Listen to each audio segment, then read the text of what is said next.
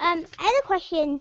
So, the Thrive program, the group that you're talking to, we're a community of women with disabilities, and we're really trying to push these conversations around the need for a more realistic and accurate representations of disabilities in the media, whether it's books, movies, shows. And Which is by a having these wonderful, wonderful conversations, effort. Yeah. thanks. And by having this conversation right now, we're making an effort to start that process of encouraging conversations around this. And I was wondering if you could suggest any ideas on how other people or how we could continue these conversations. Well, I think this is terrific. There's this whole movement right now called We Need Diverse Books.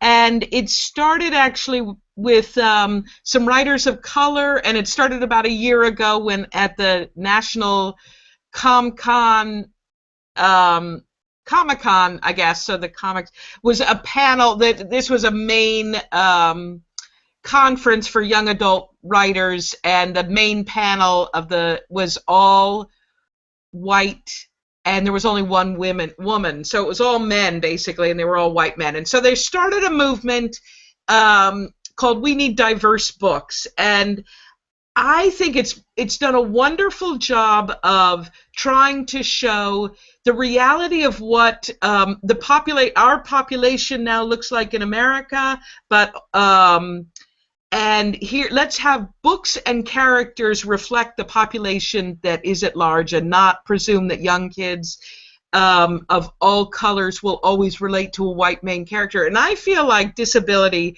has a huge place in there, because I feel like disability, when you look at the real statistics of the population, that in the last census,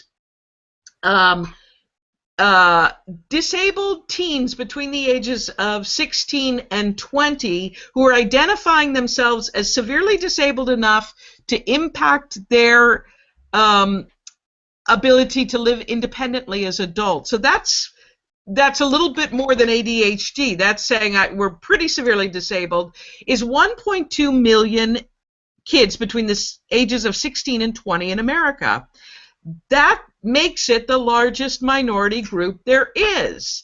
And that's very surprising to most people. That means there's more kids identifying as significantly disabled than anybody realizes. And we need to see what that looks like. And we need to talk about it. And we need to understand how big that is. And it also is, what's a little bit hard is, every disability can't necessarily connect to each other or see what they have in common. And I think we have to start thinking about, we all have some of the same challenges, and people with mental health issues do have some of the same challenges as people with physical disabilities and developmental disabilities have, and cognitive disabilities. Like, we have to sort of make sure we're not saying, oh, I don't connect to you at all, and I don't want you part of my group.